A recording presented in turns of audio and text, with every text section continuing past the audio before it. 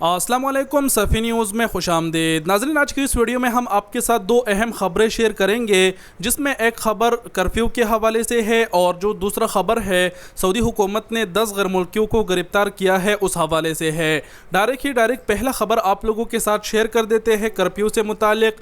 आप सबको बताते चले कि गुज़िश्ता 3 दिनों से अरब मीडिया पर यह ख़बर बहुत ही ज़्यादा वायरल है और यही कहा जा रहा था कि सऊदी हुकूमत रमज़ान के तीसरे अशरे में यानी 21 रमज़ान से लेकर ईद के तीसरे दिन तक कर्फ्यू लगाने वाले हैं। तो बिल्कुल यही सवाल का जवाब डॉक्टर मोहम्मद अल अब्दाली ने अल अखबारिया चैनल को इंटरव्यू देते हुए कहा।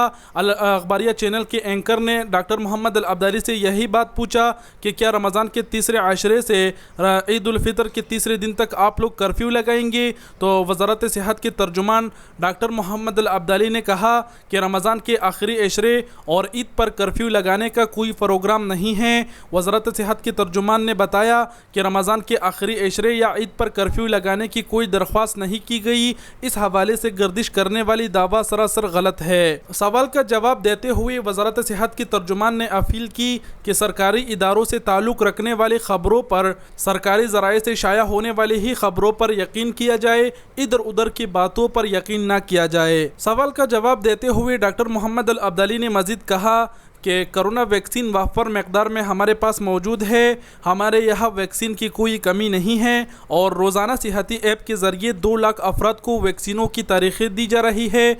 इसके अलावा अब तक वज़ारत सेहत का तर्जुमान का कहना था कि 90 लाख से ज़्यादा अफराद को कोरोना वैक्सीन लगवाई जा चुकी है। तो ये पहला ख़बर था कर्फ्यू के हवाले से, जो ख़बर गर्दिश कर रही थी कि 21 रमज़ान से लेकर ईद के तीसरे दिन तक कर्फ्यू लगने वाला है। तो वज़ारत सेहत के तर्जुमान डॉक्टर मोहम्मद अल अब्दाली ने यह कन्फर्म कर दिया कि कोई कर्फ्यू लगने वाला नहीं है। तो ये पहली खबर था। अब दूसरा खबर आप लोगों के साथ शेयर करता चले। दूसरा खबर ये है कि सऊदी हुकूमत ने 10 गैर मुल्कियों को गिरफ्तार किया है। सऊदी हुक्काम ने मक्का मुकर्रमा में सफाई के काम करने वाले जाली सामान तैयार करने वाले 10 गैर मुल्कियों को गिरफ्तार कर लिया। उनके कब्जे से जाली सफाई सामान के 4986 डब्बे बरामद हुए। मक्का रीजन पुलिस के तर्जुमान ने कहा कि गैर मुल्की कारकुनान सफाई सामान के डिब्बों पर स्पेशलिस्ट कंपनियों के जाली स्टिकर लगाए हुए थे। पुलिस तर्जुमान ने बताया कि कार्रवाई जलसाजी की रिपोर्ट पर की गई।